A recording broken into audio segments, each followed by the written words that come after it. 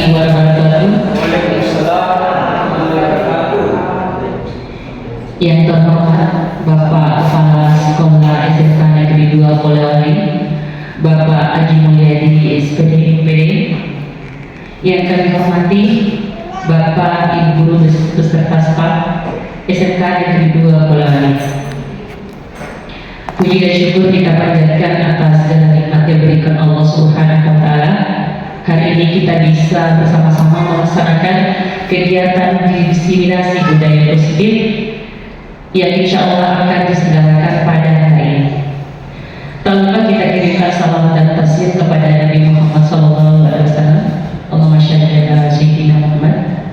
Mari kita memulai acara hari ini dengan membaca basmalah. Bismillahirrahmanirrahim.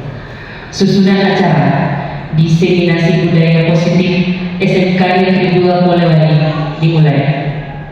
Acara pertama, pembacaan doa oleh Bapak Muhammad Naim SPD. Dengan ini disilakan. Bismillahirrahmanirrahim. Assalamualaikum warahmatullahi wabarakatuh. Waalaikumsalam. Selamat pagi, salam sejahtera bagi kita semua. Hadirin yang berbahagia, marilah kita berdoa dengan khusyuk menurut keyakinan masing-masing. Acara berikutnya, sambutan Kepala Sekolah SMK Negeri 2 Polewali, Bapak Haji Mulyadi SPD MPD. Dengan ini disilakan.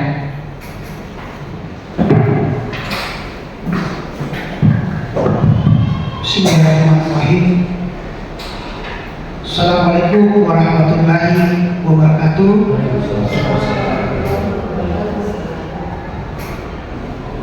Alhamdulillah wal syukurillah wa la ilaha illallah wa la hawla wa la quwwata illa billah. Yang saya hormati, saya banggakan Bapak Ibu sekalian, kawan-kawan, guru dan staf yang sempat hadir pada kesempatan ini. Pertama-tama, marilah kita kembali memuji, memuja. Ini penting semua, karena dalam dokumen yang kita harus dengan ucapan Bismillahirrahmanirrahim, diseminasi budaya positif untuk kegiatan CPG, calon CGP, calon guru bergerak, Muhammad Ali Haji SSI SPD GR Angkatan ke-10 Kabupaten Polewali Mandar, nyatakan dibuka dengan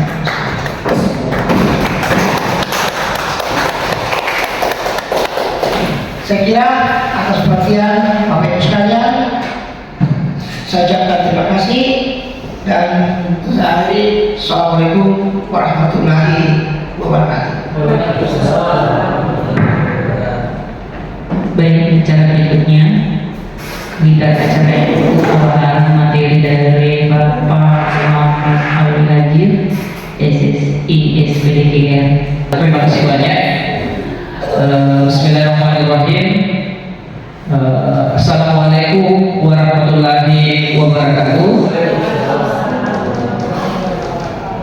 Yang terhormat Bapak Kepala UPTD SMK Negeri 2 Polewali, kemudian yang terhormat Bapak Ibu Guru yang telah bersedia meluangkan waktunya untuk hadir mengikuti kegiatan kita hari ini, yakni diseminasi budaya positif.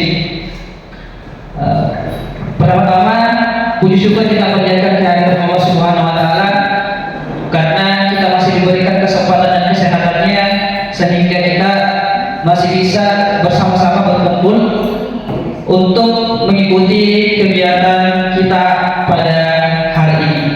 Salam dan taslim tak lupa kita kirimkan kepada Nabi besar Muhammad SAW sebagai rahmatan lil alamin. Ibu, sesuai dengan judul kegiatan kita hari ini bahwa diseminasi budaya positif. Di sini kalau kita bisa lihat di atas bahwa sebenarnya di budaya positif ini adalah salah satu materi yang kami dapatkan di modul 1.4 program pendidikan guru penggerak. Ya, dan salah satu sesinya atau tugasnya di sini adalah bisa berbagi atau sharing, ya, sharing di sekolah bagaimana itu budaya positif. Nah, di modul budaya positif ini ada 6 konsep inti yang dipelajari. Jadi sebenarnya Bapak Ibu, kalau di kami kemarin itu budaya positif ini bisa sampai 3 sampai 4 hari kami pelajari. Tetapi pada kesempatan ini kami diusahakan mengefisiensikan waktu supaya keenam inti dari konsep budaya positif ini dapat kami sampaikan kepada Bapak Ibu semua. Jadi di budaya positif ada 6 konsep utama di sini. Konsep intinya di sini pertama, disiplin positif dan nilai-nilai kebaikan universal. Yang kedua, teori motivasi, hukuman dan penghargaan serta restitusi. Yang ketiga ada yang namanya keyakinan kelas. Keempat, kebutuhan dasar manusia. Yang kelima, posisi kontrol restitusi. Dan yang keenam adalah segitiga restitusi. Ketika kami mendapatkan materi ini, Bapak Ibu, kami juga merasa bingung. Oh, ternyata ada istilah baru di sini. Ya kan? Misalkan jujur ketika saya mendapatkan materi ini, saya masih bertanya-tanya, apa sih itu nilai-nilai kebaikan universal? Kemudian restitusi itu seperti apa? Ya kan? Nah, di budaya positif ini inilah yang akan kita bahas secara bersama-sama. Nah, lanjut. Nah, di sini ada pertanyaan romantik Bapak Ibu. Sebelum kita masuk di materi, saya mau bertanya dulu kepada Bapak Ibu semua. Jawabannya setuju atau tidak setuju saja. Jadi ketika ada pertanyaan, jawab setuju ataupun tidak setuju. Yang pertama, hukuman dapat mendisiplinkan anak. Setuju atau tidak setuju? Oke, setuju. Yang kedua, pemberian hukuman dengan hal positif seperti membaca atau membersihkan halaman sekolah dapat meningkatkan disiplin anak. Setuju? Oke, setuju.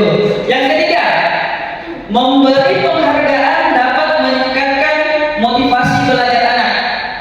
Setuju atau tidak setuju? Oke, ya, jadi kita simpan dulu, ya. Kita simpan dulu jawaban dari Bapak Ibu. Nanti kita korek di akhir apakah memang ini sudah sesuai atau tidak. Baik, kita lanjut. Sebelum kita masuk di konsep ini tadi, ada yang namanya perubahan paradigma. Artinya adalah perubahan pandangan kita. Di sini ada kegiatan. Jadi Bapak Ibu, kegiatan ini kegiatan berpasangan, ya. Jadi silahkan secara berpasangan. Namanya kegiatan ini adalah kegiatan kemalan tangan. Kalau kemarin juga saya sudah implementasikan ke kelas 10. Nah, di kegiatan ini, kegiatan berpasangan ini, coba Bapak Ibu secara berpasangan, ada satu orang, bayangkan, kita bayangkan, ada sesuatu yang sangat berharga di kehidupan Bapak Ibu. Ya, bisa itu sesuatu barang, bisa itu seseorang yang sangat penting dalam kehidupan Bapak Ibu. Kemudian bayangkan Bapak Ibu menggenggam, ya, menggenggam barang tersebut, barang yang sangat berharga tersebut.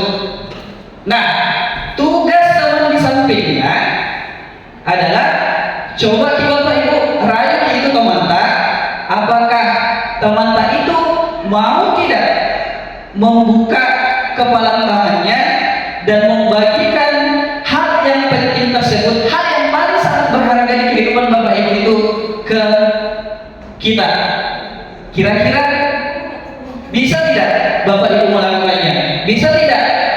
Ibu membujuk ataupun merayu, kemudian bisa ya, misalkan Ibu list dengan Pak Naim, ya, Pak Naim bilang, Bu Lis, coba dibuka itu barang yang sangat berharga, tak kasih tahu Kak, kira-kira mau tidak kasihkan barang berharga itu ke saya, nanti ku traktir ki diganti. Nah, kira-kira menurut Bapak Ibu, dia teman itu mau tidak membuka kepala tangannya tersebut? Bisa. Nah, kenapa? Ya, yang tergantung Ibu Eri. Tidak mau. Bu Eri bilang tidak mau karena barang tersebut adalah barang berharga, ya kan? Oke. Jadi sebenarnya lagi kalau kita hubungkan, ya, kalau kita hubungkan perubahan paradigma ini, tentu jawabannya ada yang mau, ada yang tidak mau. Tergantung dari, Sebenarnya selain itu tergantung dari ya kemampuannya merayu. Tapi ada lagi yang lebih besar dari itu, tergantung dari kemauan dari si pembeli itu tadi, mau tidak dia membuka atau tidak. Seberapapun usaha dari teman untuk merayu, kalau dia tidak mau membuka, maka dia tidak akan membuka. Begitupun sebaliknya, ya kan? Ya kan, seperti itu. Kaitannya seperti ini, bahwa sebenarnya ini Bapak Ibu, bahwa di dalam kehidupan kita, ya, di dalam kehidupan kita tidak bisa mempengaruhi orang lain. Pada hakikatnya seperti itu. Yang bisa mengontrol diri kita adalah diri kita sendiri, ya kan? Dalam teori kontrol seperti itu, yang bisa mengontrol diri kita adalah diri kita sendiri. Kalau kita bawa ke murid, artinya apa? Artinya bahwa sebenarnya guru tidak bisa mengontrol murid. Yang bisa mengontrol murid adalah dirinya sendiri. Hanya saja murid bisa sesuai dengan filosofi KHD di Hajar Dewantara, hanya saja guru bisa menuntun, membimbing, ya, membimbing murid ke arah yang lebih baik, seperti itu. Jadi hubungannya kegiatan tadi bahwa sesungguhnya dalam kehidupan kita tidak bisa mengontrol orang lain. Yang bisa mengontrol orang lain adalah dirinya sendiri, seperti itu Bapak Ibu. Nah, jadi tadi kalau kita bahasakan, kalau kita analogikan bahwa di dalam perubahan paradigma ada yang namanya ilusi kontrol. Yang pertama itu tadi, ilusi guru mengontrol murid. Itu hanya sebuah ilusi. Tidak bisa guru mengontrol murid. Ya, yang kedua, ilusi bahwa kritik dan membuat orang merasa bersalah dapat menguatkan karakter. Ya, itu juga sebuah ilusi, ternyata sebuah ilusi. Yang ketiga, ilusi bahwa semua perbuatan positif efektif dan bermanfaat. Dan yang terakhir, ilusi bahwa orang dewasa memiliki hak untuk memaksa. Jadi itu semua adalah ilusi semata. Kemudian ini ya perubahan paradigma. Kalau kita berpandangan, saya pun merasa seperti itu, bahwa sebelum mendapatkan materi ini, saya di posisi saya itu di stimulus respon, tetapi ternyata ada yang lebih bagus yang bisa kita terapkan, namanya adalah teori kontrol. Nah, di stimulus respon mengatakan bahwa kebutuhan kita sama. Ternyata di teori kontrol mengatakan bahwa kebutuhan kita berbeda. Pun dengan murid, kebutuhan murid itu tidak sama. Ya, kebutuhan setiap murid itu berbeda. Makanya adalah yang namanya pembelajaran berdiferensiasi, karena setiap murid itu tidak sama kemampuannya, tidak sama kebutuhannya. Yang kedua, di stimulus respon setiap orang melihat hal yang sama, sedangkan di teori kontrol setiap orang memiliki gambaran yang berbeda. Yang ketiga, di stimulus respon kita mencoba mengubah orang agar berpandangan sama dengan kita. Ternyata di teori kontrol kita berusaha memahami pandangan orang lain tentang dunia. Kemudian di stimulus respon, perilaku buruk dilihat sebagai suatu kesalahan.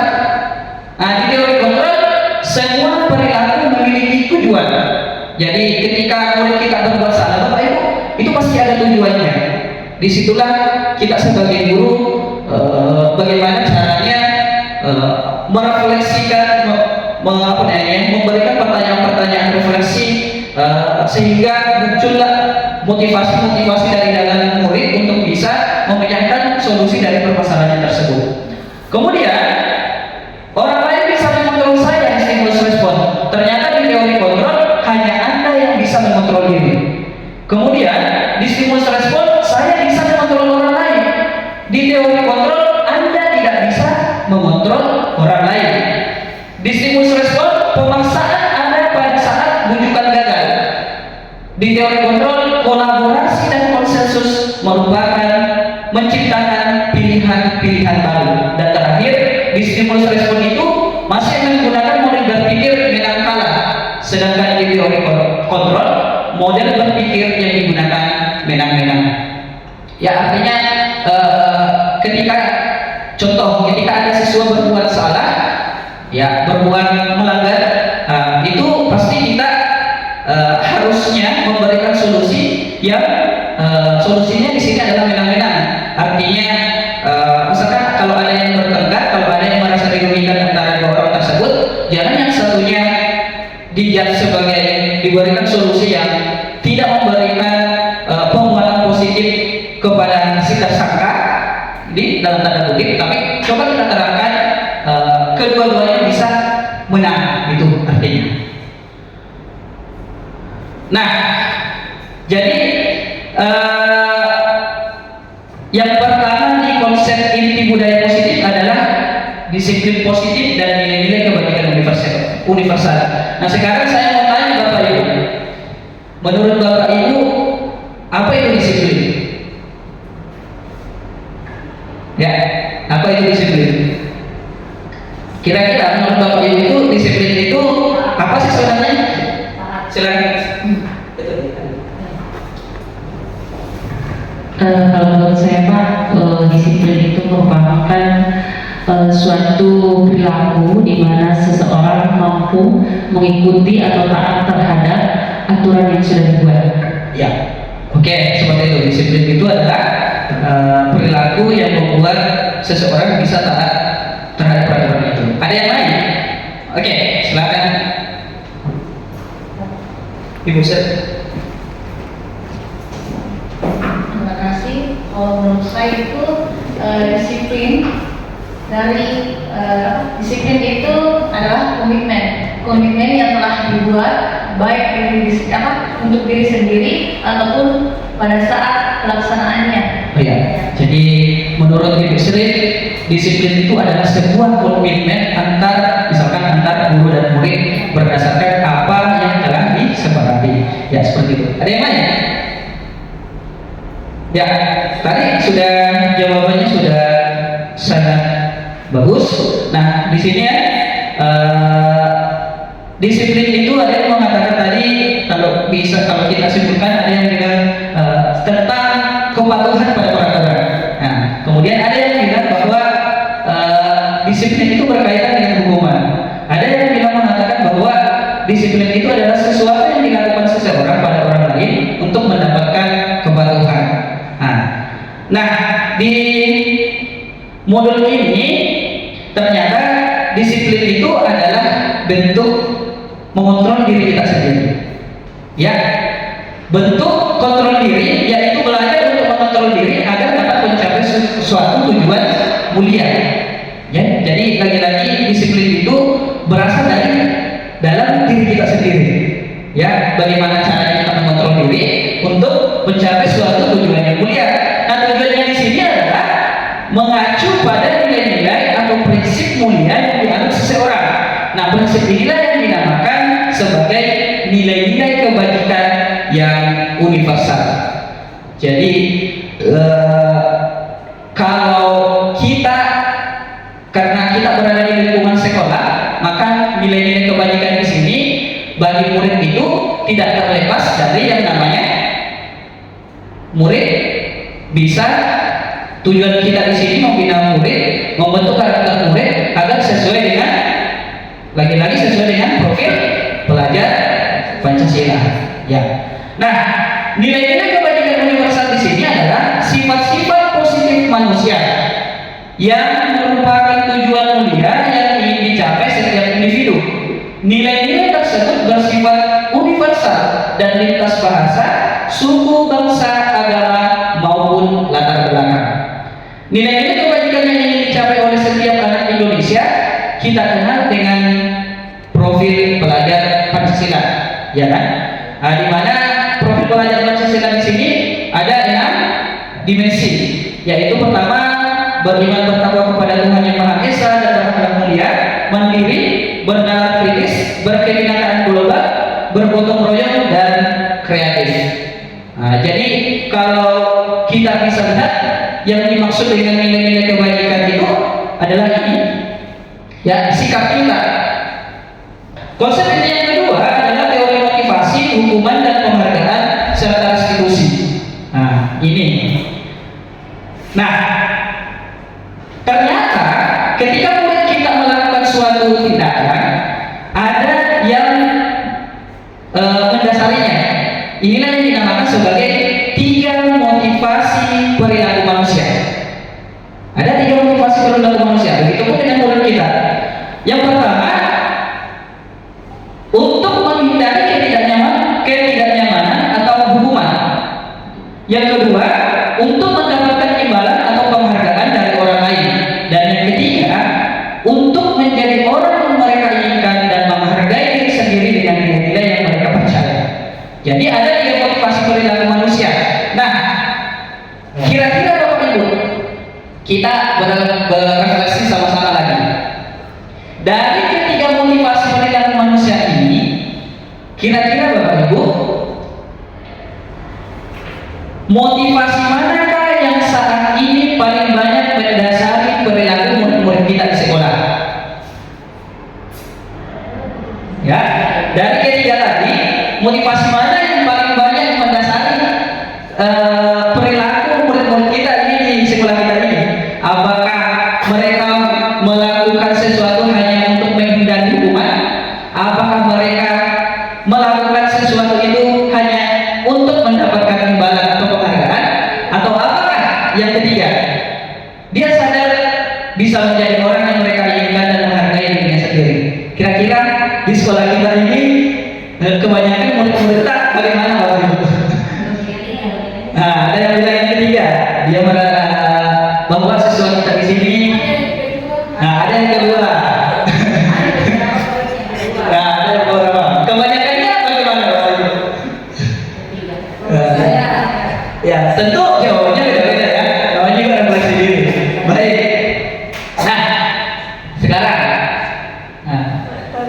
ternyata Bapak Ibu, ada 3 cara bagaimana kita bisa mengontrol manusia.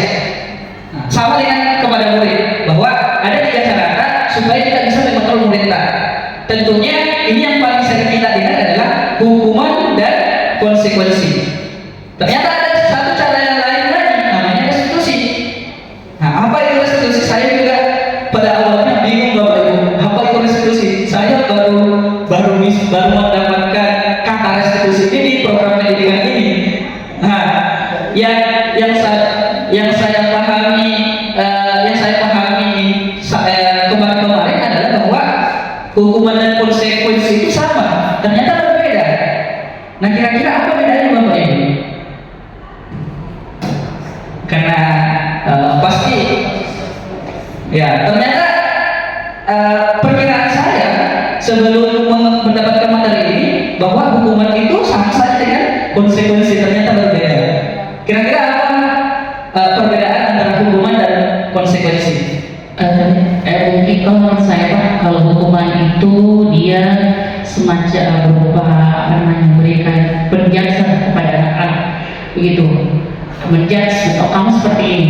Nah, beda dengan konsekuensi. Kalau konsekuensi itu dia memberikan semacam efek jerah. kepada anak-anak supaya tidak melakukan hal tersebut. Jadi dia merasa bahwa ketika kita melakukan sesuatu kesalahan ada konsekuensi atau hal yang imbalan yang harus dia pertanggungjawabkan ketika melakukan hal-hal yang memang tidak bisa dia lakukan. Seperti itu, Pak. Plus dulu untuk Ibu Lis. Ya, betul sekali ya. Jadi salah satu tadi sudah diutarakan oleh Ibu Lis bahwa salah satu perbedaan antara hukuman dan konsekuensi itu, kalau saya bisa tarik kesimpulan bahwa sebenarnya Bapak Ibu, hukuman itu bersifat tidak ada perjanjian Pak, bersifat tiba-tiba. Misalkan datang anak di mana-mana begini tanpa adanya kesepakatan terlebih dahulu.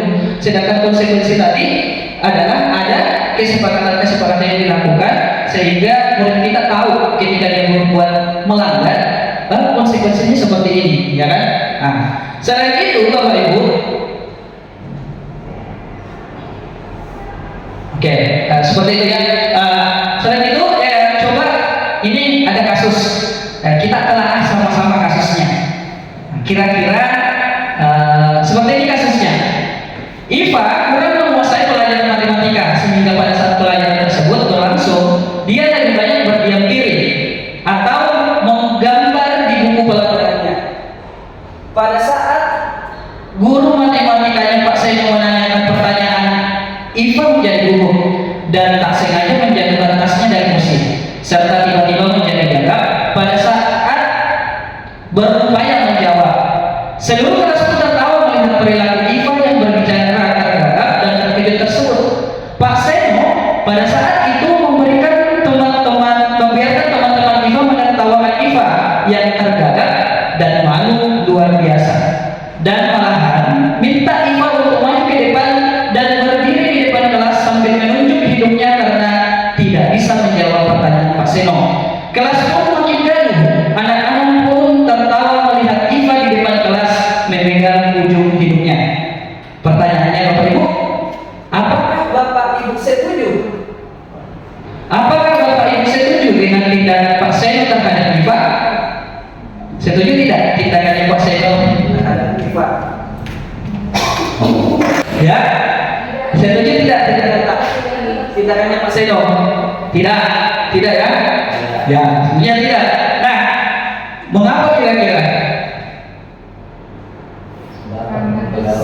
Oke, apa? Saya tidak setuju karena dapat mempengaruhi fisik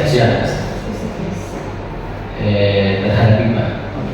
Ya, luar biasa. Terus dulu untuk Bapak Ibu. Ya, oke. Jadi tindakan Pak Seno itu rata-rata menanyakan mau jawab tidak setuju. Nah, karena apa? Itu tadi mempengaruhi secara psikis, ya, psikologis oleh Iva. Nah sekarang, menurut Bapak Ibu tindakan Pak Seno terhadap Iva itu adalah sebuah hukuman atau konsekuensi? Begitu kita sama-sama terangkan dulu apa sih perbedaan antara hukuman dan konsekuensi. Nah, hukuman bersifat tidak terencana atau tiba-tiba, ya. Anak atau murid tidak tahu apa yang akan terjadi dan tidak dilibatkan. Sedangkan konsekuensi bersifat sudah terencana atau sudah disepakati, sudah dibahas dan disetujui oleh murid dan guru.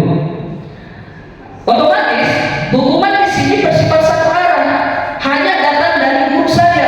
Murid hanya tunduk mengiyakan saja, ya kan? Sedangkan kalau konsekuensi umumnya di sini dibuat oleh pihak guru dan muridnya tahu ketika dia melakukan pelanggaran, dia terima konsekuensinya. Sudah ada aturan yang dibuat oleh guru, kemudian murid mengetahui dan menerapkan. Nah, yang ketiga, hukuman itu diberikan bisa berupa fisik maupun psikis seperti tadi, ya. Murid disakiti oleh perbuatan atau kata-katanya. Kemudian pada konsekuensi murid tetap dibuat tidak nyaman untuk jangka waktu pendek. Sikap guru di sini senantiasa memonitor murid. Dan yang paling berbeda hukuman tidak memberikan solusi. Hukuman itu tidak memberikan solusi dari akibat tindakan yang telah diperbuat.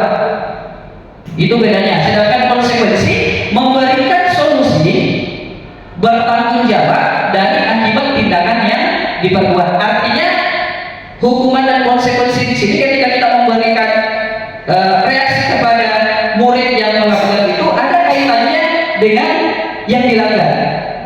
Nah, itu bedanya hukuman dan konsekuensi. Konsekuensi ada hubungannya, sedangkan kalau hukuman tidak ada sama sekali. Nah, contoh. Jadi tadi kasus tadi ini, yang pertama tadi Pak Simon ini hukuman atau konsekuensi? Hukuman. Ya, hukuman. Ya, betul sekali. Nah, sekarang kira-kira Bapak Ibu, ini ada contoh supaya kita lebih tahu perbedaan antara hukuman dan konsekuensi. Misalkan mencatat 100 kali di dalam buku kalimat saya tidak akan terlambat lagi, itu hukuman atau konsekuensi? Konsekuensi. Ada ibu bilang hukuman ya. Kemudian yang kedua, lari mengelilingi lapangan basket 2 kali karena terlambat hadir di sekolah, hukuman atau konsekuensi? Hukuman. Kemudian yang ketiga, murid diminta untuk push up 15 kali karena tidak menggunakan masker di sekolah, ini juga bentuk hukuman. Kemudian yang keempat, menggantikan kertas tugas teman yang telah dicoret-coret. Menggantikan kertas tugas teman yang telah dicoret-coret, konsekuensi atau tugas? Hukuman. Ya, konsekuensi. Membersihkan tumpahan air di meja tulis karena tersenggol pada saat belajar, konsekuensi. Kemudian meminta murid tidak mengenakan sepatu seharian di sekolah karena tidak mengenakan sepatu warna hitam, hukuman atau konsekuensi? Ada yang bilang hukuman, ada yang bilang konsekuensi. Terakhir, lari mengelilingi lapangan basket 2 kali karena terlambat 10 menit untuk pelajaran PJOK. Bapak tahu hukuman atau konsekuensi? Konsekuensi. Ayo kita lihat sama-sama. Ini sudah Bapak Ibu sudah tahu, sudah tahu semua apa perbedaan antara hukuman dan konsekuensi. Jawabannya hampir benar semua. Nah, seperti di atas ya. Jadi mencatat 100 kali itu hukuman karena memberikan sesuatu, memberikan reaksi kepada murid kita, tapi tidak ada hubungannya, ya kan? Kemudian lari mengelilingi lapangan, kemudian murid diminta untuk push up, itu juga hukuman. Yang konsekuensi di sini adalah menggantikan kertas, itulah adalah bentuk tanggung jawab. Nah, kemudian membersihkan tumpahan air, itu juga bertanggung jawab. Ada kan hubungannya antara pelanggaran yang dibuat dengan reaksi kita terhadap murid tersebut. Kemudian murid disuruh untuk tidak mengenakan sepatu sampai sehari penuh, itu adalah hukuman. Kemudian yang terakhir itu adalah konsekuensi. Karena kenapa? Bisa saja Pak Bata, bisa saja Pak Bata sudah ada kesepakatannya untuk PJOK. Ada kan hubungannya lari dengan dengan pelajaran PJOK, seperti itu Bapak Ibu.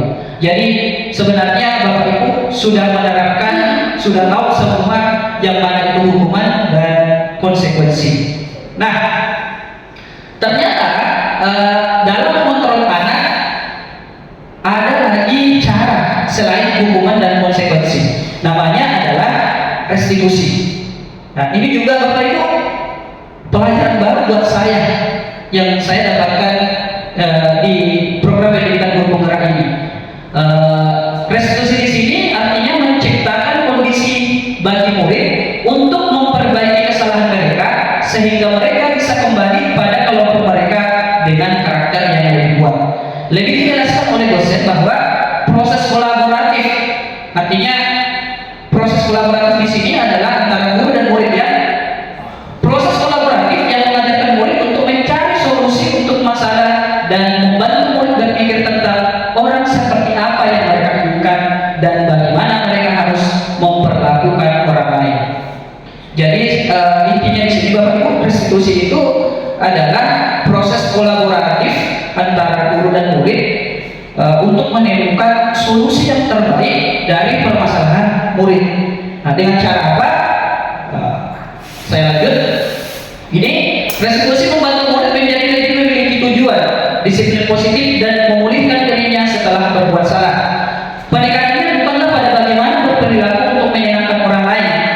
menghindari ketidaknyamanan, namun tujuannya adalah menjadi orang yang menghargai nilai-nilai kebajikan yang mereka yakini. Jadi lagi-lagi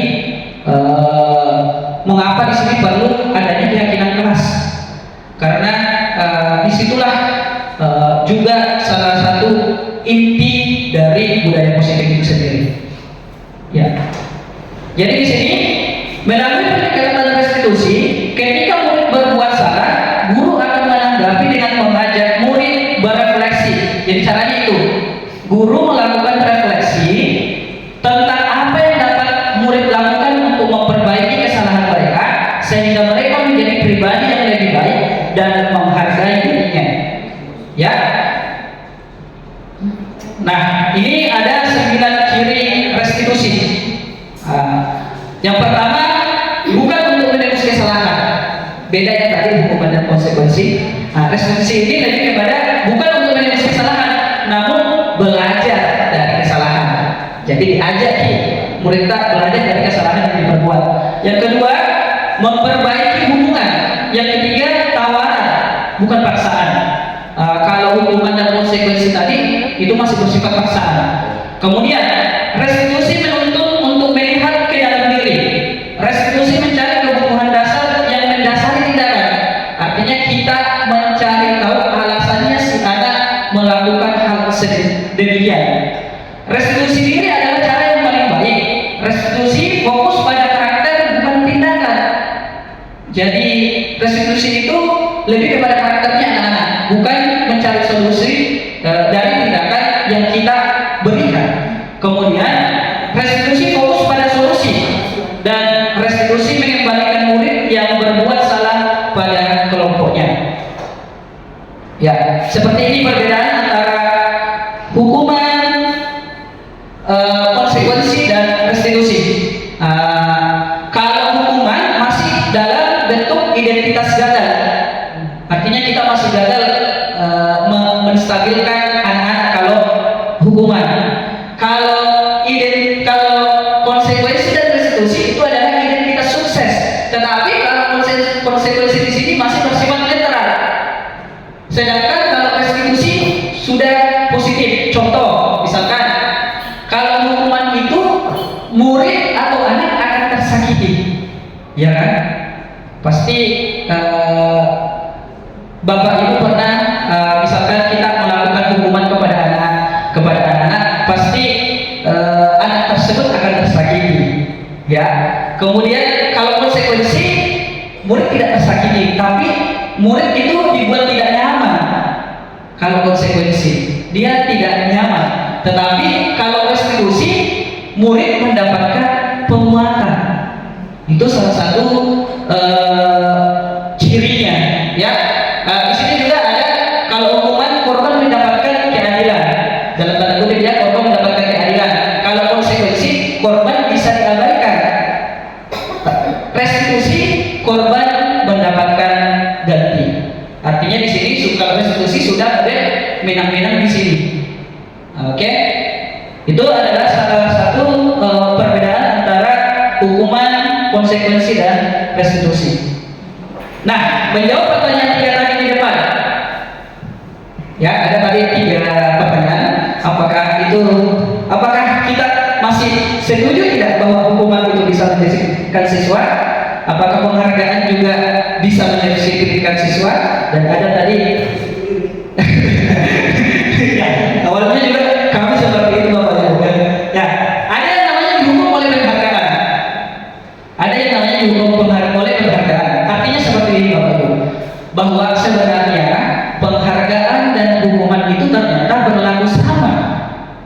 Artinya penghargaan dan hukuman itu sama saja nih. Kalau kita memberikan penghargaan sama anak-anak, kalau kita memberikan hukuman sama anak-anak, itu sama saja.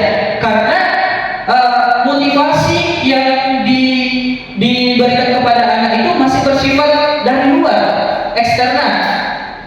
Contoh, anak-anak mengerjakan tugas takut karena dihukum kan nanti, itu kan masih bersifat eksternal.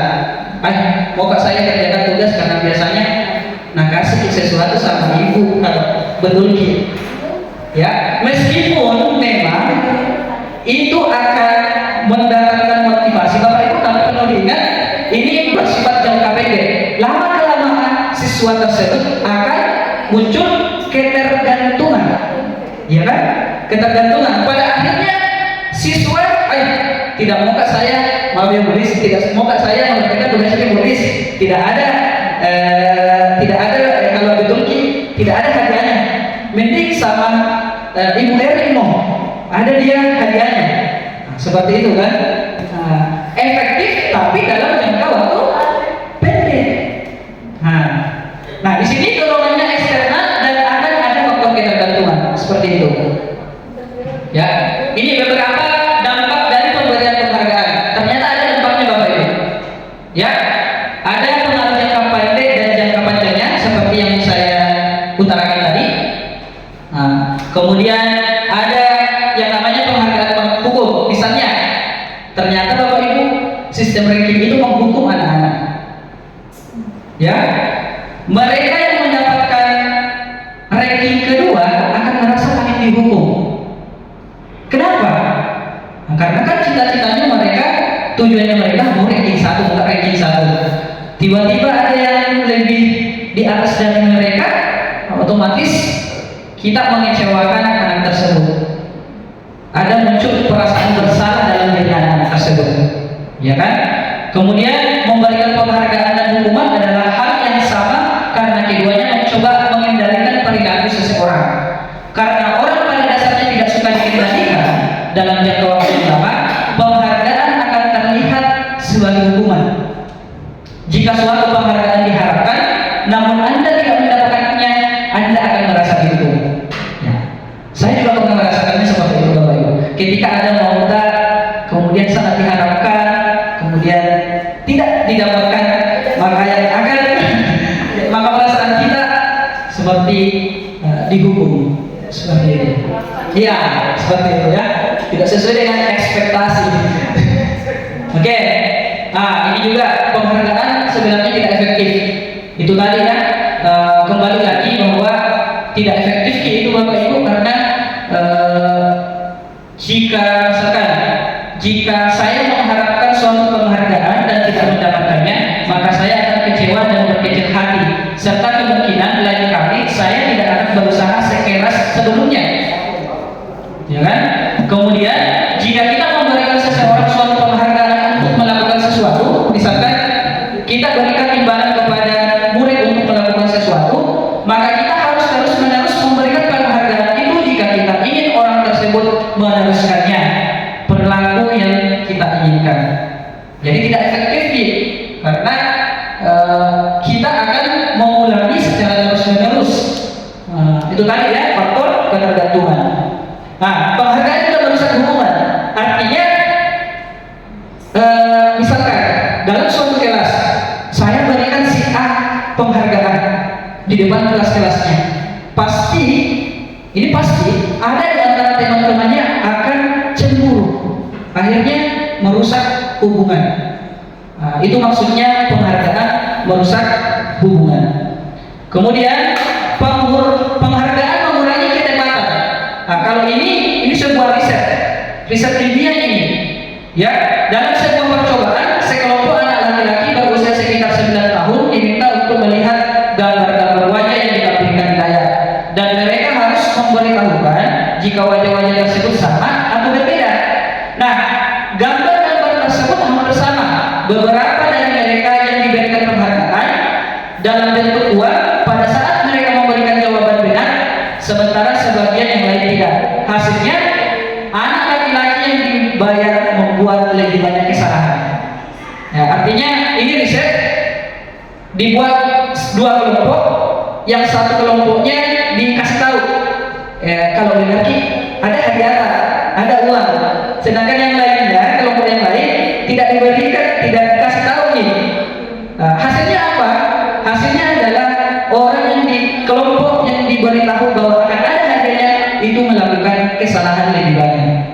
Seperti itu Bapak Ibu. Karena lagi-lagi faktor yang muncul itu masih eksternal.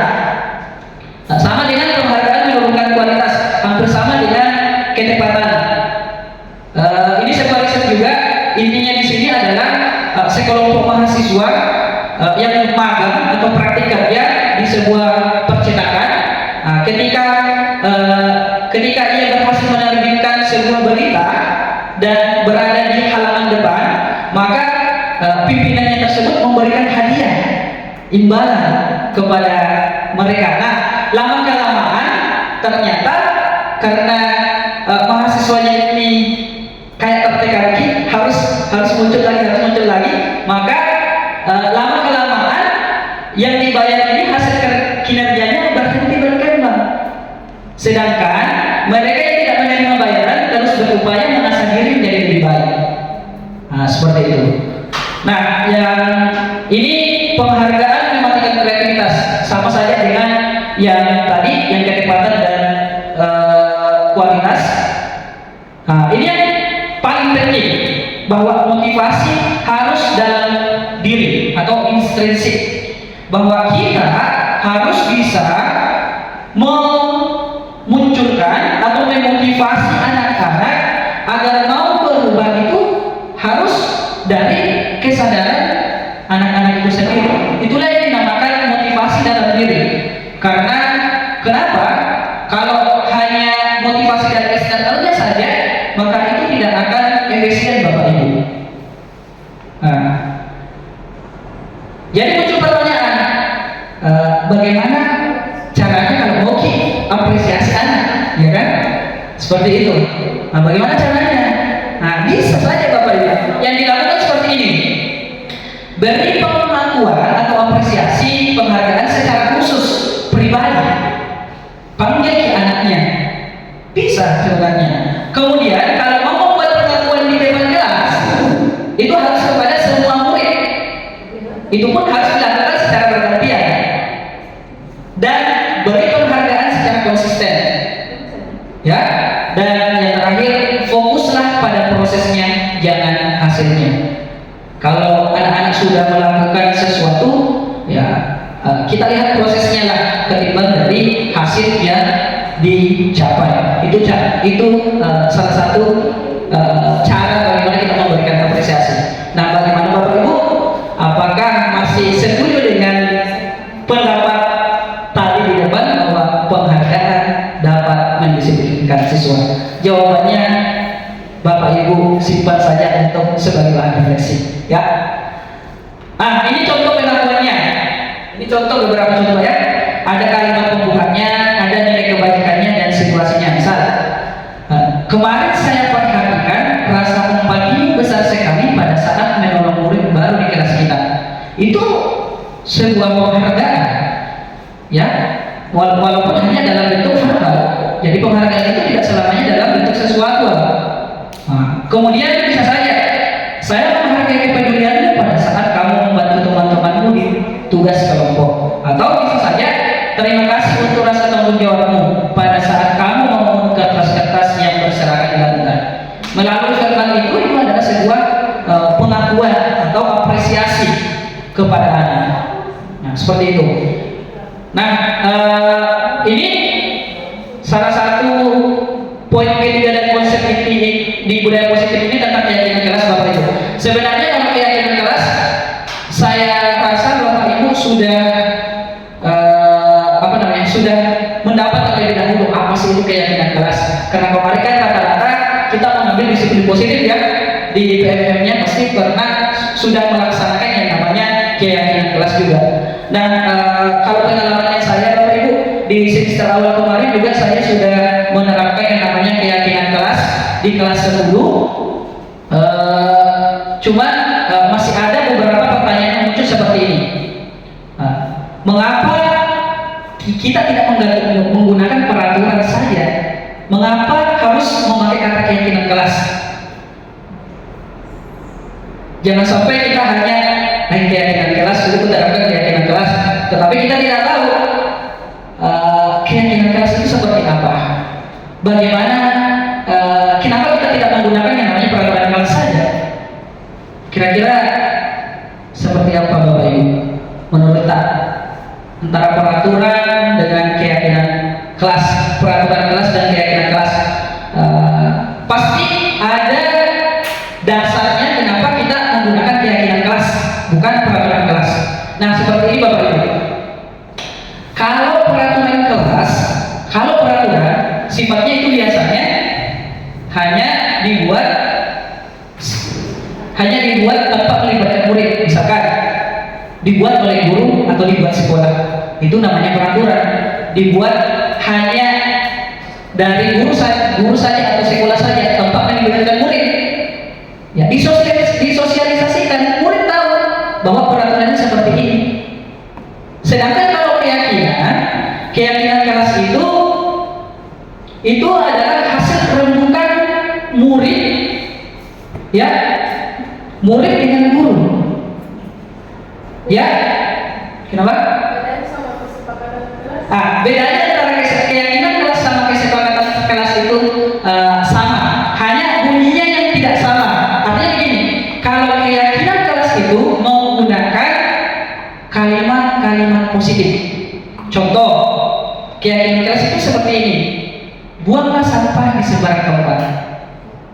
Tapi kalau dia menggunakan jangan buang sampah, misalkan kalimat positifnya buanglah sampah di tempatnya. Nah, kalimat negatifnya itu adalah jangan buang sampah di sembarang tempat. Nah, kalau kita memakai kalimat negatif itu kesepakatan.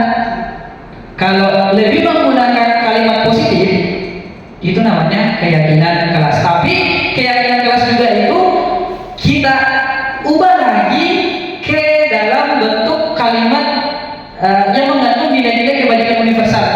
Contoh itu tadi, buanglah sampah di tempat sampah. Kalau kita mau anak-anak lebih paham, maka buat dalam bentuk kata-kata nilai-nilai kebajikan universal. Contoh, tanggung jawab.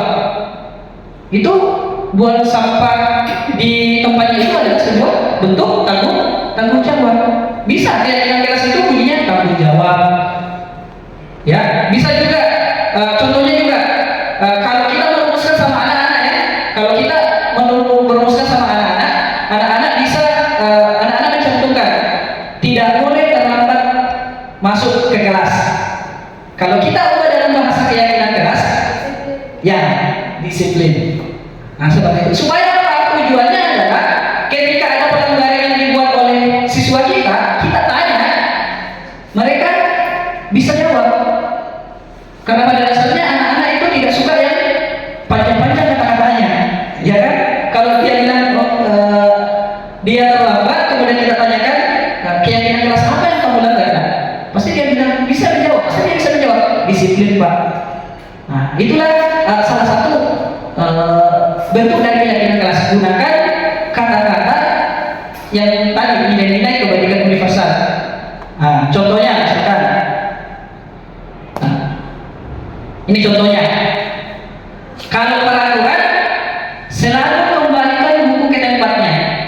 Kalau keyakinan kelas tanggung jawab. Nah, kalau peraturan itu dilarang mengganggu orang lain, maka ubah kalimatnya dalam keyakinan kelas menghormati orang lain. Kemudian, kalau ada peraturan yang mengatakan hadir di sekolah 15 menit sebelum pembelajaran dimulai, maka keyakinan kelas kalimat keyakinan kelas yang bisa kita ambil adalah menghormati orang lain atau berkomitmen, bisa juga disiplin.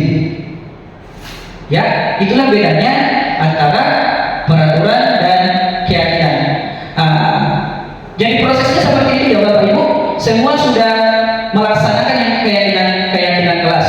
Jadi di sini saya hanya bisa tekankan ketika kita membuat keyakinan kelas, kita membagikan, ya, kita usahakan. Kalau saya kemarin itu membagikan yang namanya sticky note, ya. Kemudian siswa itu setiap siswa harus menulis keyakinan apa yang mereka bisa lakukan untuk menciptakan lingkungan kelas yang kondusif. Ya, nanti kalau ya ada yang salah, nanti kita pilih. Ya, pasti kan dari 20 orang pasti ada yang salah kata-katanya. Nanti kita pilih. Setelah kita pilih itu baru dibuat yang namanya rencana keyakinan kelas itu dibuat menjadi keyakinan kelas dengan menggunakan seperti ini. Supaya apa?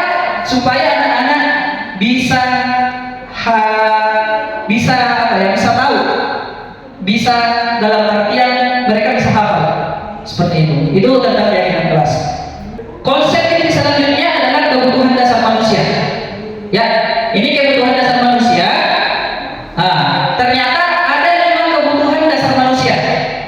Ya, yang pertama kebutuhan bertahan hidup. Yang kedua kasih sayang dan rasa diterima. Yang ketiga penguasaan, kebutuhan pengakuan atas kemampuan. Yang keempat kebebasan dan yang kelima kesenangan.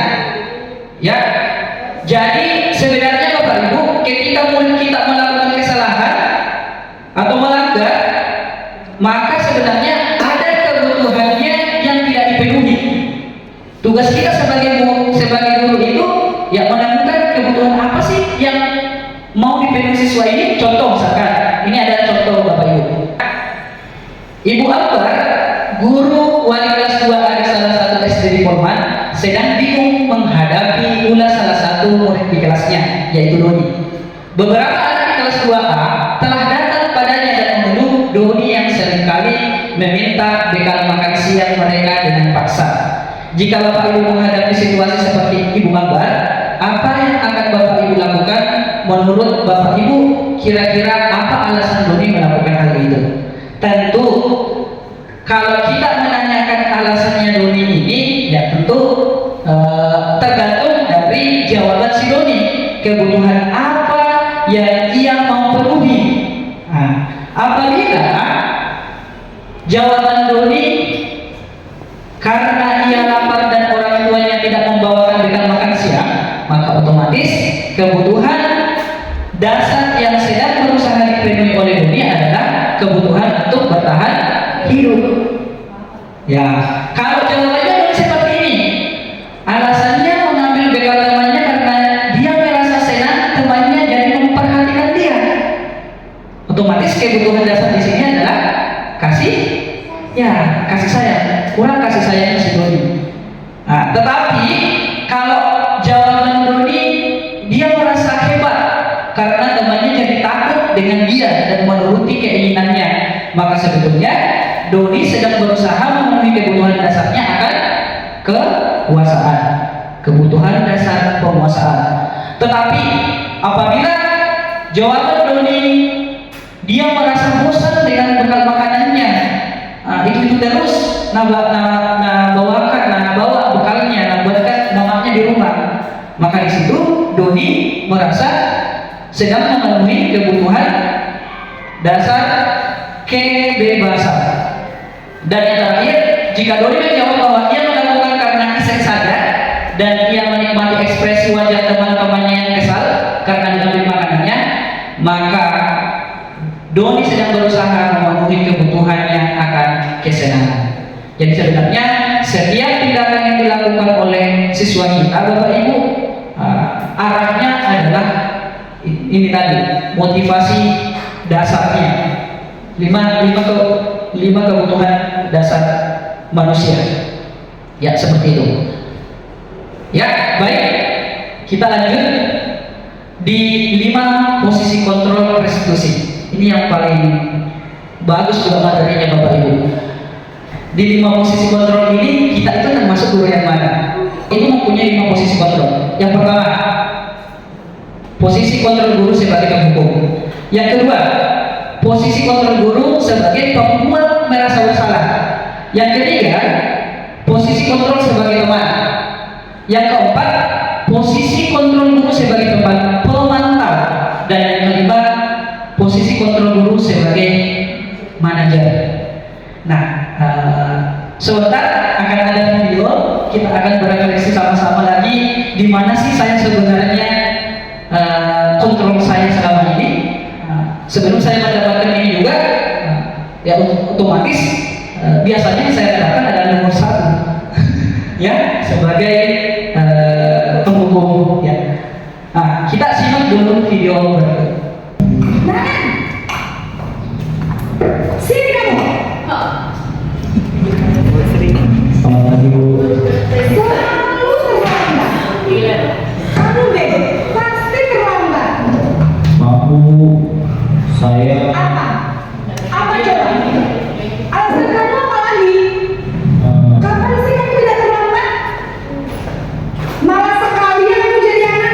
Saya Dasar pemalas. Gak kapok-kapok sih kamu. Sudah berapa kali terlambat? Sana, kamu keliling lapangan basket 2 kali. kenapa saya harus keliling lapangan basket, Bu? Kenapa? Kamu merawat ibu. Berani-beraninya jawab. Sudah terlambat, masih berani jawab pula. Sekarang, keliling lapangan basket 5 kali sekalian. Biar kapok. Cepat. Pergi sana ke lapangan basket. Ya seperti itu ya Bapak Ibu, posisi kontrol yang pertama, posisi kontrol guru sebagai penghubung. Kita mau di sini mencari tahu apa sih perbedaan antara kelima posisi kontrol itu. Kemudian selanjutnya posisi pembuat merasa bersalah.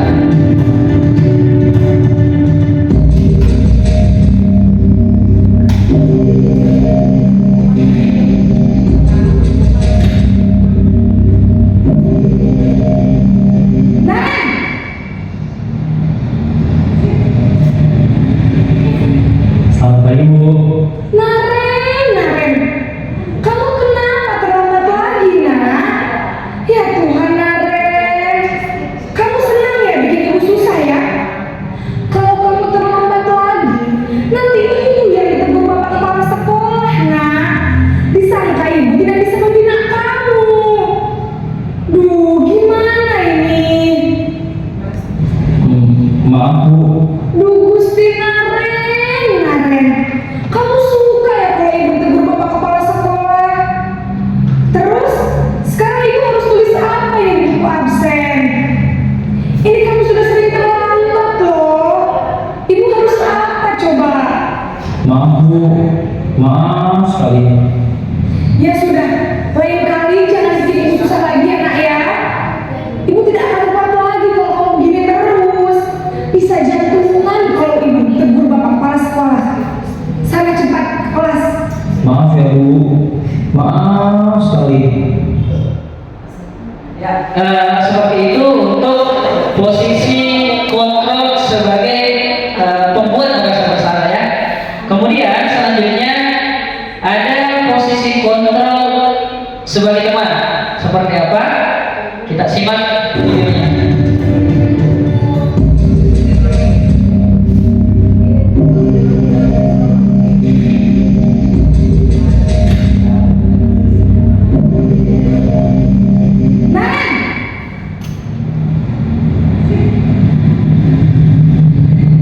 Selamat pagi, Bu.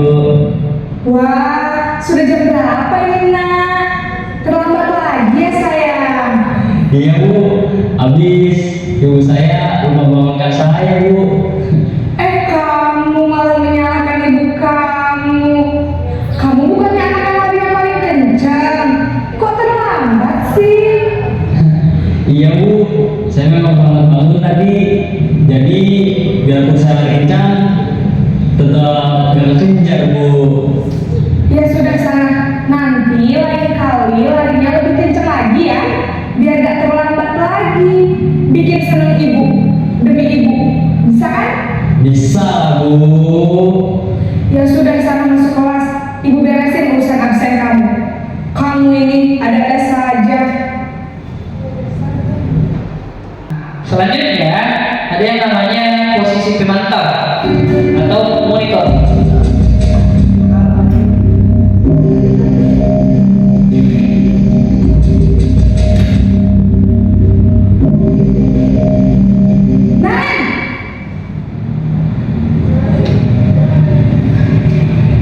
Selamat pagi, Bu.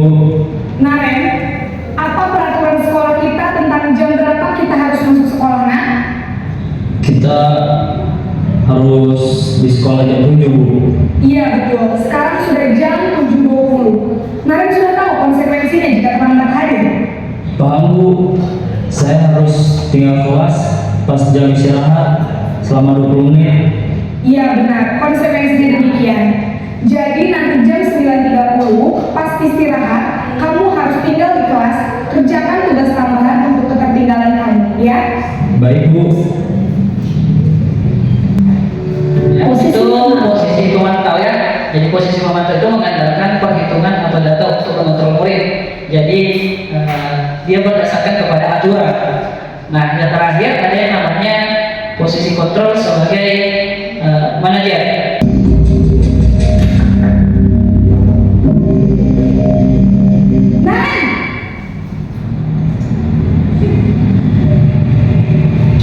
Selamat pagi Bu.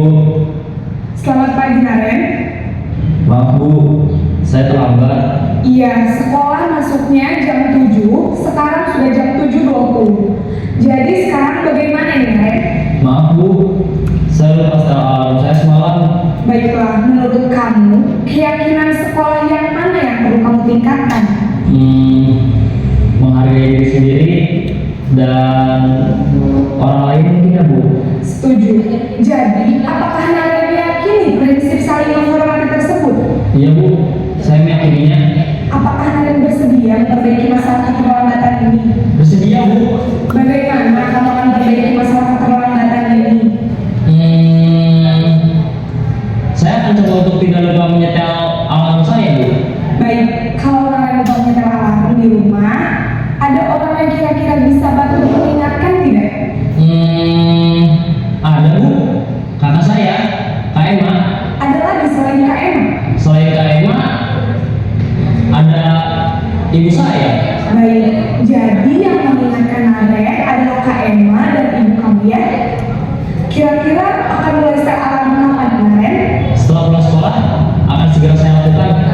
Baik, jadi Naren akan setel alarm untuk bangun besok pagi dan akan diingatkan oleh kakak dan ibu dan Naren ya. Ada lagi yang mungkin perlu dilakukan Naren agar tidak terlambat bangun lagi. Tidak ada Bu. Baik Naren, terima kasih untuk kerjasama kamu. Sekarang kamu perlu kembali ke kelas untuk belajar. Baik Bu, terima kasih. Sekarang tinggal kita berefleksi secara sama-sama, kira-kira kita itu berada di posisi kontrol seperti apa, ya. Setelah mengetahui 5 posisi kontrol ini tadi, maka di sini saya mau tekankan bahwa kalau kita mengambil posisi penghubung, bisa dilihat dari video tadi bahwa biasanya itu menggunakan nada tinggi, menghardik, menunjuk-nunjuk, menyakiti, berkacak pinggang dan membentak. Biasanya hukumannya berupa fisik maupun psikis. Nah, dampaknya ketika kita memperlakukan posisi kontrol seperti itu adalah murid cenderung memberontak, bahkan menyimpan dendam dan tidak menyukai guru tersebut, bahkan mata pelajaran yang diampu guru tersebut. Nah, ketika kita mengambil posisi kontrol pembuat merasa bersalah, maka cara bicaranya di sini adalah nadanya tenang, cenderung lembut, namun kata-kata yang diutarakannya menyalahkan murid, sehingga membuat murid merasa menjadi orang yang gagal. Biasanya dampaknya ialah murid akan menganggap dirinya yang bersalah dan ia akan menyimpan emosi negatif dalam dirinya. Kalau kita sebagai teman, maka biasanya itu guru akan berbicara dengan nada suara ramah, akrab, cenderung bersegera untuk menjaga suasana tetap santai. Ya, namun di sini murid akan ketergantungan pada satu orang dan hanya bisa berperilaku baik hanya kepada orang-orang tertentu saja. Misal, ya, pada guru yang bersangkutan. Jadi Pak, kalau guru yang lain itu ya dia akan berubah lagi. Inilah yang namanya motivasi eksternal, motivasi yang berasal dari luar. Yang keempat, posisi pemantau, di mana guru mengandalkan data atau perhitungan untuk mengontrol murid. Ya, artinya di sini adalah kitabnya adalah peraturan-peraturan yang dibawa oleh guru. Jadi ada apa-apa dia buka peraturan-peraturan. Itulah posisi pemantau.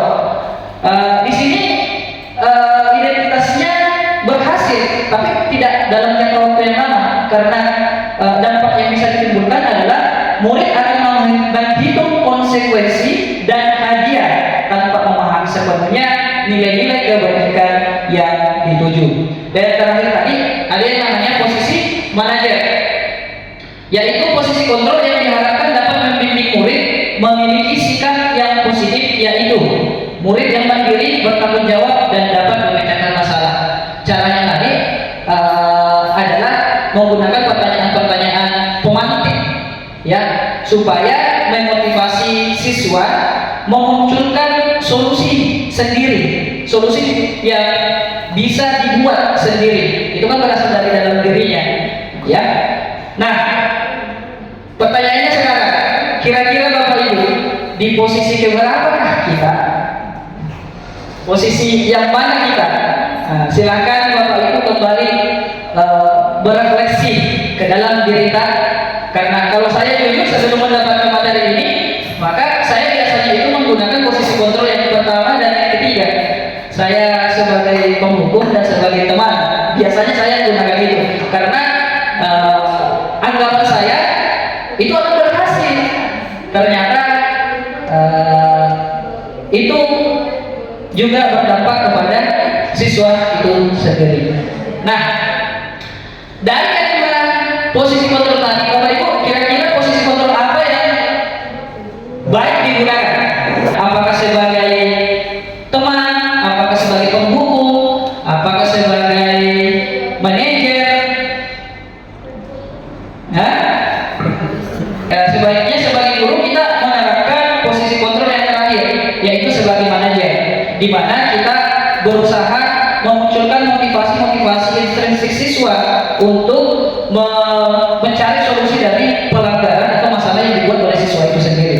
Tapi tidak mudah memang langsung di posisi kelima, bertahap. Nah, kalau bertahap dari penghukum ke pembuat merasa bersalah, kemudian sebagai teman, kemudian sebagai pemantau, dan pada akhirnya kita terapkan yang namanya sebagai manajer. Iya, tidak apa-apa. Ya, memang ini sangat sulit kita gunakan, tapi ya kita sebagai guru itu hakikatnya sebagai pembelajar dan pembelajar. Artinya kita sebagai guru harus selalu dituntut untuk belajar. Ingat, filosofi Ki Hajar Dewantara menyatakan bahwa tugas kita sebagai guru itu dalam tanda kutip harus bisa menghamba pada anak. Menghamba pada anak di sini ya artinya menuntun dan membimbing anak. Buat mereka ciptakan pembelajaran yang menyenangkan bagi mereka, ciptakan pembelajaran yang ketika prosesnya tersebut mereka semua merasa senang, seperti itu. Yang terakhir dari konsep ini adalah segitiga restitusi.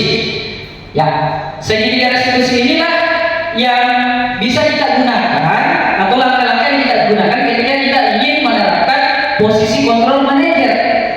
Nah, apa saja langkah-langkah dari segitiga restitusi itu? Nah, ya, ini ada yang pertama, menstabilkan identitas. Jadi kita stabilkan dulu identitasnya anak-anak yang bermasalah. Caranya seperti apa nanti? Kemudian yang kedua, validasi tindakan yang salah. Kemudian yang ketiga, menanyakan keyakinan. Jadi lagi-lagi bermuara kepada keyakinan kelas. Jadi itulah pentingnya keyakinan kelas. Nah, ini ya, menstabilkan identitas. Langkah yang pertama di sini dibuat agar anak yang merasa gagal atau melanggar tadi karena berbuat salah menjadi positif terhadap dirinya. Bisa kita menggunakan kata-kata ini. Misalkan kita panggil anak-anak. Nah, ini kata-kata yang bisa kita gunakan untuk menstabilkan identitasnya. Misalkan Abdul Talib terlambat, ya kan? Misalkan Abdul Talib terlambat, ini misalkan. Nah, kalau kita mau menstabilkan identitasnya, nah, bisa seperti ini. Tidak ada manusia yang sempurna. Setiap manusia itu pernah melakukan kesalahan. Setiap manusia itu pernah terlambat. Saya juga pernah terlambat. Nah, seperti itu. Jadi kita stabilkan dulu identitas anak-anak dari anak-anak yang merasa gagal karena membuat pelanggaran dibawa ke menjadi yang positif terhadap dirinya sendiri. Yang kedua, validasi tindakan yang salah. Nah, di sini untuk validasi tindakan yang salah, kita membantu murid menanyakan alasannya kenapa dia berbuat seperti itu. Nah, bisa di sini bisa guru berkata, kamu bisa saja kan melakukan hal yang lebih buruk, tapi kamu tidak melakukannya kan? Atau bisa juga kamu pasti punya alasan mengapa melakukannya. Jadi pada tahap validasi tindakan yang salah ini kita tanyakan alasan murid kita berbuat demikian. Terakhir, menanyakan keyakinan, baru kita tanyakan keyakinannya. Misalkan kita bisa bertanya, kamu tahu keyakinan kelas kita, atau kamu tahu tidak keyakinan kelas apa yang kamu langgar? Pasti siswa itu akan tahu atau menjawab, karena keyakinan kelas itu dibuat berdasarkan nilai-nilai dari kebajikan tadi, mudah diingat ya. Jadi ketika kita mau membuat menerapkan yang namanya segitiga restitusi itu, ini yang bisa kita lakukan langkah-langkahnya. Yang pertama tadi adalah menstabilkan identitas, yang kedua adalah validasi tindakan yang salah, dan yang terakhir adalah menanyakan keyakinan. Baik Bapak Ibu, sebenarnya di segitiga restitusi ini ya, jadi didasarkan pada prinsip-prinsip utama dari teori kontrol juga ya. Kalau teori kontrol itu mengatakan bahwa kita semua akan melakukan hal terbaik yang bisa kita lakukan.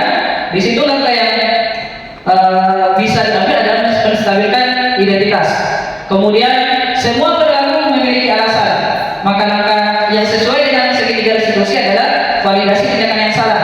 Kemudian yang terakhir, kita semua memiliki motivasi internal. Langkah yang di sini adalah menanyakan keyakinannya. Oke, ini sebenarnya video dari koleksi pribadi kami, tapi karena kami juga dituntut untuk menampilkan video di diseminasi, jadi kemarin itu saya dan beberapa siswa kita sudah mengimplementasikan yang namanya segitiga restitusi. Adalah tugas kami sebagai calon guru moderat menampilkan kepada rekan-rekan.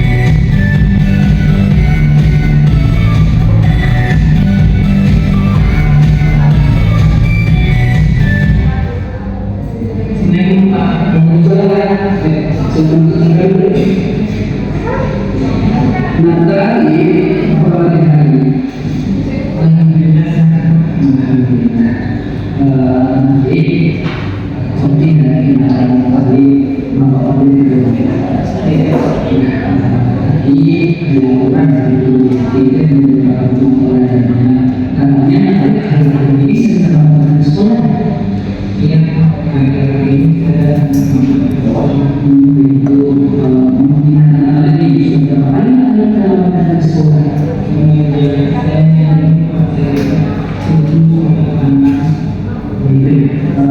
Kira-kira saya pertama itu sudah satu.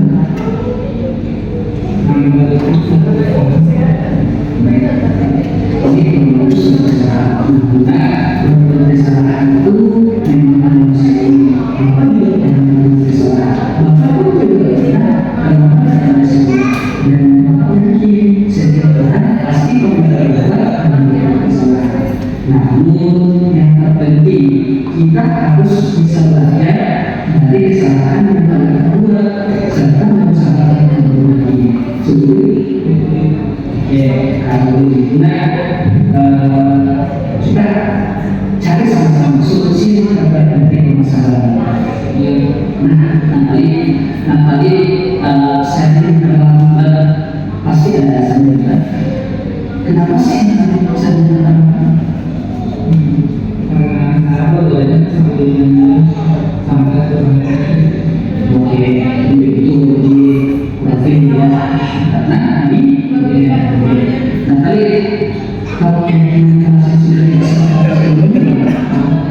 oke kira-kira kalau dari sekolah itu sesuai dengan keyakinan kelas kita yakini.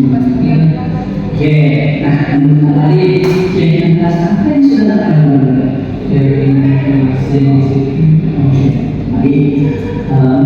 Mari disiplin itu baik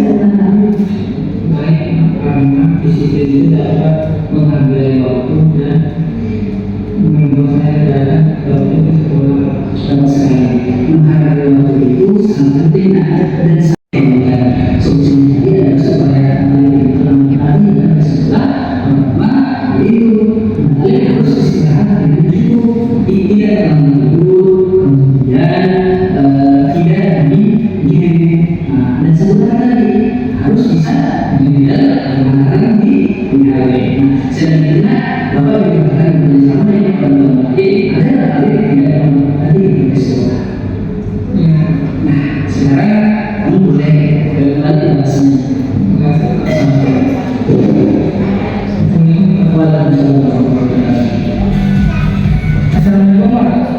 Ya, seperti itu ya Bapak Ibu, kurang lebihnya penerapan menggunakan segitiga restitusi. Ya, kita sudah masuk di sesi terakhir. Ini bahwa kalau kita berbicara tentang budaya positif atau disiplin positif, di sini teori Gottman mengatakan satu tadi kesimpulan yang bisa kita dapatkan. Pertama, Anda tidak bisa mengontrol orang lain, hanya Anda yang bisa mengontrol diri Anda. Pun guru kepada murid, guru tidak bisa mengontrol murid, yang bisa mengontrol murid adalah dirinya sendiri. Kemudian makna disiplin di sini adalah belajar kontrol diri dengan menggali potensi kita agar tercapai tujuan mulia, yaitu sesuatu yang menjadi seseorang yang kita inginkan berdasarkan nilai-nilai yang kita yakini. Kemudian semua perilaku memiliki tujuan. Tujuannya di sini ada teori motivasi, yaitu untuk menghindari hukuman, untuk mendapatkan imbalan, dan yang ketiga untuk menghargai diri kita sendiri. Melalui apa? Melalui nilai-nilai kebaikan universal tadi, yaitu terlihat terlepas dari profil pelajar Pancasila. Bisa dilakukan dengan keyakinan, menerapkan keyakinan kelas. Kemudian 5 posisi kontrol kita ingat ya Bapak Ibu, bahwa ada 5 posisi kontrol sebagai penghukum dan sebagai pembuat rasa bersalah, kemudian teman dan pemantau. Jadi keempat ini masih motivasi ekstrinsiknya siswa. Tetapi kalau kita menerapkan yang namanya manajer, maka motivasi yang kita upayakan di sini adalah mewujudkan motivasi internal atau intrinsik siswa. Melalui apa? Melalui yang namanya tadi segitiga restitusi. Langkah-langkahnya seperti apa? Langkah-langkahnya yang pertama, menstabilkan identitas, validasi kebutuhan. Kemudian yang ketiga, menanyakan keyakinan. Di validasi kebutuhan, ingat 5 kebutuhan dasar manusia. 5 kebutuhan dasar manusia itu bertahan hidup, penguasaan, kasih sayang dan rasa diterima, kesenangan dan kebebasan. Terakhir Bapak Ibu, ada kalimat yang menyatakan bahwa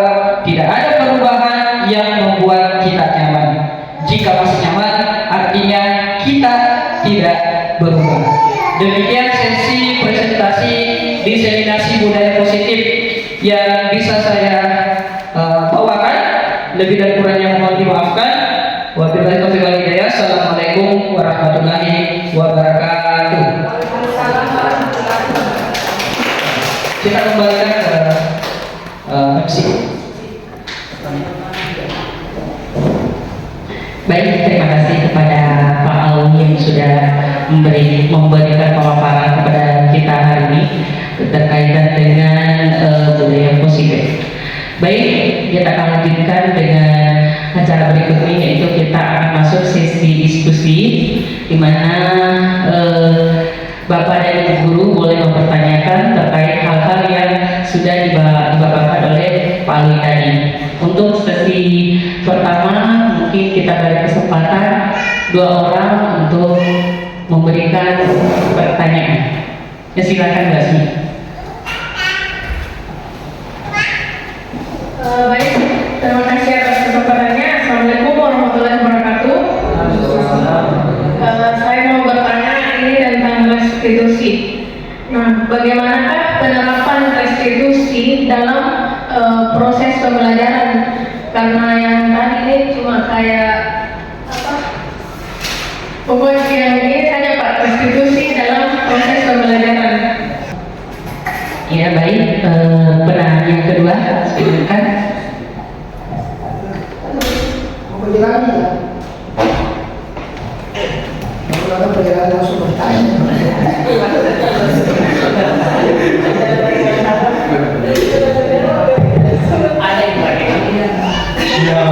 Assalamualaikum warahmatullahi wabarakatuh. Ya, saya hanya ingin menanggapi tadi tentang kontrol siswa.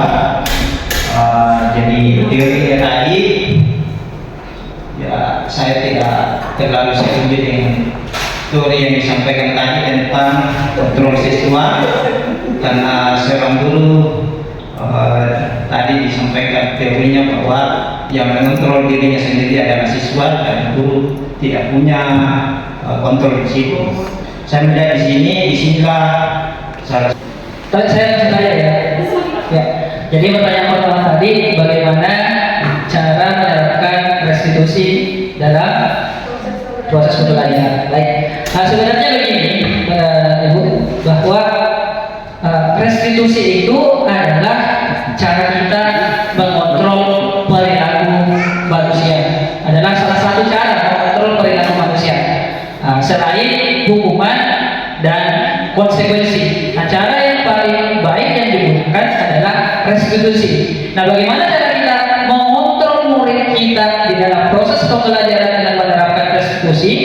Ya, yaitu dengan menerapkan yang namanya keyakinan kelas. Ya kan?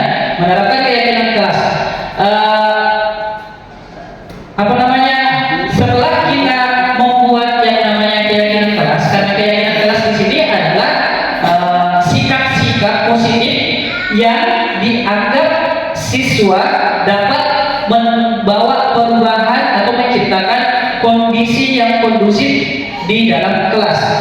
Jadi kalau kita mau menerapkan restitusi dalam proses pembelajaran, maka awalnya atau dasarnya adalah keyakinan kelas. Kita buat keyakinan kelas terlebih dahulu, ya, bukan peraturan kelas, tetapi keyakinan kelas. Nah, sudah dijelaskan tadi bahwa keyakinan kelas itu adalah ya, hal-hal atau sikap-sikap positif yang bisa membuat murid menciptakan kondisi pembelajaran yang kondusif. Dengan cara murid-muridnya itu, ya keyakinan kelasnya itu ya dibuat oleh murid-murid itu sendiri, sehingga secara tidak langsung murid juga akan memaknai atau paham ya dari keyakinan kelas itu sendiri. Seperti itu, Ibu.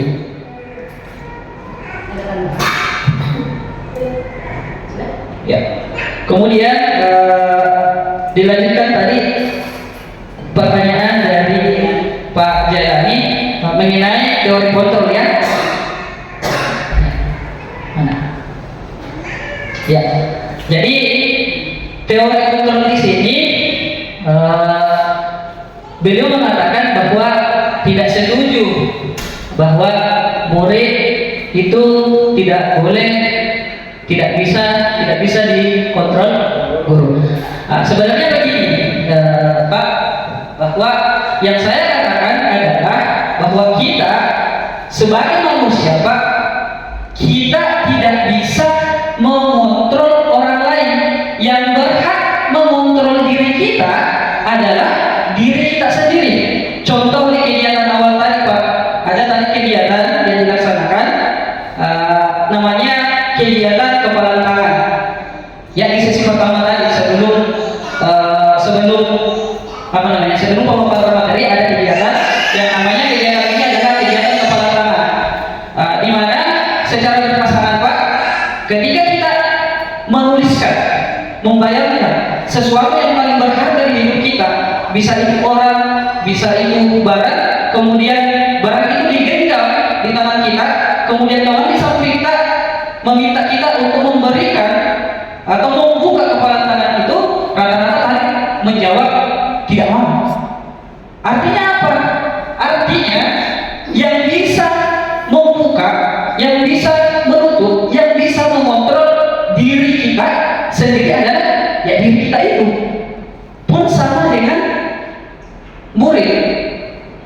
Ya, pada hakikatnya murid tidak suka dikontrol. Ya, murid yang bisa guru lakukan bukan kontrol, tetapi yang bisa guru lakukan adalah menuntut.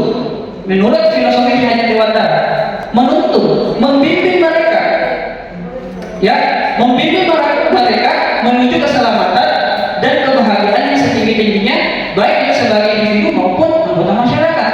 Itu kata Ki Hajar Dewantara. Bukan bahasanya di sini kita tidak boleh mengontrol murid. Yang bisa dilakukan guru adalah menuntut dan membimbing murid ke arah yang lebih baik, Pak. Seperti itu. Ya. Ini melihat ya kita sebenarnya juga harus hati-hati melihat sebuah teori, karena bisa saja itu teori masuk di dalam dunia pendidikan kita itu dia bagai bisa bermata dua ya, artinya atau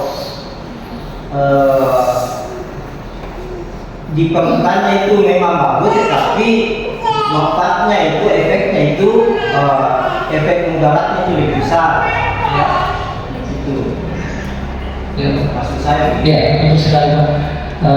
Jadi materi atau teori-teori yang kami sampaikan di sini adalah berdasarkan dari materi yang kami dapatkan ya, di program pendidikan guru penggerak, Pak. Saya rasa kalau sudah berada dalam seperti itu sudah riset, ya, sudah di riset sehingga dia dimasukkan ke dalam materi tersebut, Pak. Tapi memang betul tidak mudah kita menerapkan seperti itu, Pak. Ya, sehingga ya mau tidak mau ya memang tugas kita sebagai guru adalah mau belajar, sekali lagi mau belajar kita mau belajar untuk melakukan perubahan yang dampaknya bisa positif seperti itu, Pak. Terima kasih. Ya, terima kasih atas jawaban yang disampaikan oleh Pak Alwi.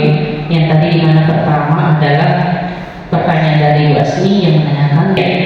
Silakan Bapak. Sekaligus sarannya Pak.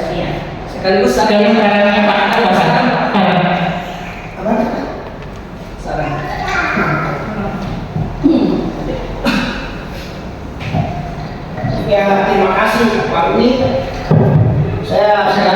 Saya mencoba mengamati ya dalam diskusi terkait pemaparan materi dan dalam diskusi, karena jujur saja konsep-konsep yang dilakukan dalam proses kegiatan apa namanya guru penggerak ini, ya.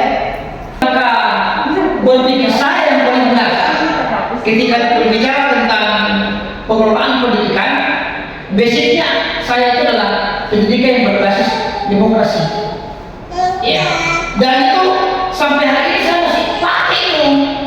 Ya, sampai saya mengambil keputusan, membuat keputusan juga, tetap saya harus melibatkan semua stakeholder yang ada.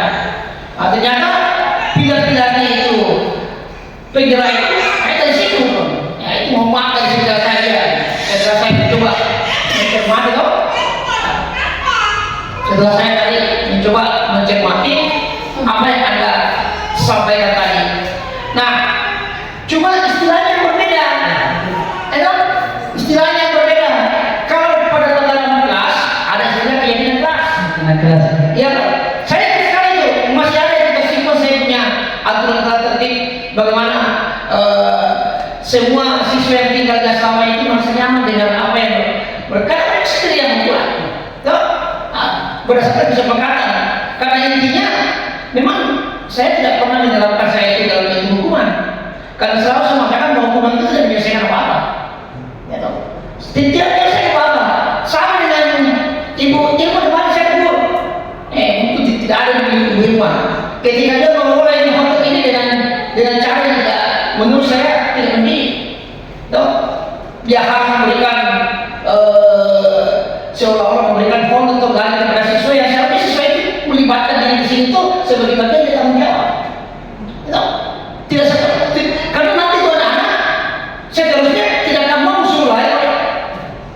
Tadi itu balik teori motivasi ada apa itu? Teori motivasi, Pak. Enggak usah dipercaya, saya sudah paham. Kenapa ada termotivasi? Karena apa? Satu. Kenapa? Ibaratnya kedua. Hukuman ya. Hukuman kan tidak mau dihukum kok. Yang kedua penghargaan. Yang ketiga berasal dari siswa yang diyakini. Ini yang terjadi di kita, sehingga apa yang kita lakukan tadi dalam materi ini kan perlu kita cermati dalam menyusun bagaimana desain program-program yang kita buat ke depan, termasuk peraturan-peraturan yang kita buat. Saya tidak sebenarnya itu rewel seperti itu, masalah sudah terlambat. Seperti itu. Bagaimana kira-kira kalau saya jadi kok, misalnya kalau saya jadi kok, tapi kan tidak, anak-anak itu akan merasa, iya, dia akan merasa bahwa saya betul-betul terperhatikan ini, sehingga akan menumbuhkan suatu sikap dalam diri mereka untuk berubah memperbaiki. Nah, jadi memang betul sekali. Jadi ini juga tadi ini konsekuensinya kalau terlambat datang. Ya karena konsep kontrol tadi kita pahami bahwa ya betul juga betul pandangan, tapi ada penjelasan awal apa yang dimaksud dengan kontrol tadi, ya toh kontrol tadi. Jadi saya selalu mengatakan sama teman-teman guru ya, saya bicara dalam konteks guru ya, saya selalu bilang, ya toh kita ini kepala sekolah ini kita punya keterbatasan dalam memantau Anda, dalam mendisiplinkan Anda, karena kita itu sama-sama manusia biasa. Ya kalau aku sendiri menyadari diri bahwa apa yang sudah menjadi tanggung jawab tugas dan sebagainya dilaksanakan ya kembali kita. Sama dengan masakan tadi, itu yang dimaksud dari kontrol tadi situ, ya toh. Nah, jadi kita mencoba lewat restitusi ini kita mencoba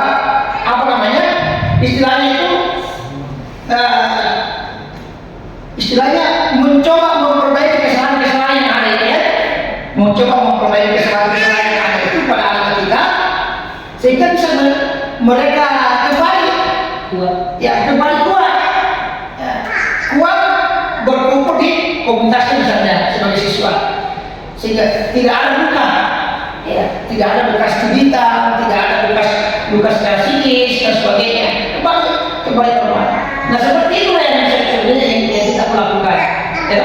Nah, sama yang tadi ini kalau saya bicara dalam konteks saya sebagai kepala sekolah, dalam guru, ya, tidak mungkin saya harus kontrol sampai kalau bahasa kita seperti ini maksudnya, tapi yang paling penting adalah mengontrol diri sendiri. Ya, kalau dulu itu ada namanya keputusan di situ, sayangnya budaya inilah yang menjadi tujuan kita seharusnya sampai hari ini. Atau sebagaimana ada semua model-modelnya. Nah, kita tinggal berkaca kira-kira seperti apa.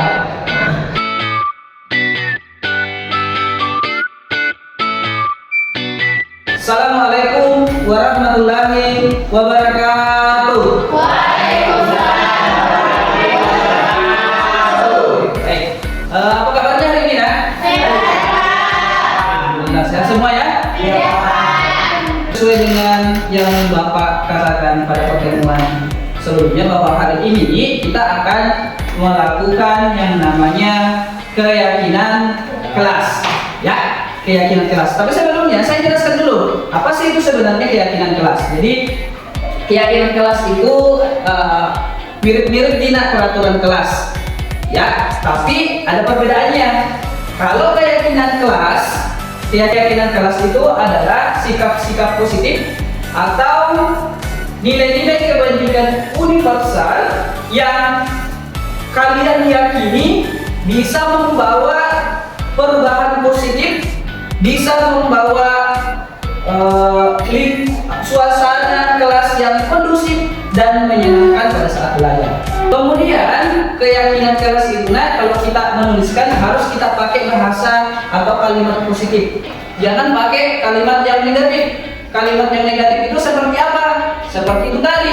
Misalkan kalimat negatifnya jangan terlambat ke kelas. Kita pakai kalimat positif, ubah menjadi kalimat positif, menjadi datanglah tepat waktu ke kelas. Bisa juga menjadi persingkat lagi, memakai nilai-nilai kebajikan. Kalau kita datang ke kelas tepat waktu, berarti sama saja kita disiplin waktu. Di sebentar ini saat kita bersama-sama merumuskan keyakinan kelas apa yang perlu kita hadirkan di kelas kita supaya kelas kita ini menjadi kelas yang kondusif dan nyaman pada saat proses pembelajaran. Paham?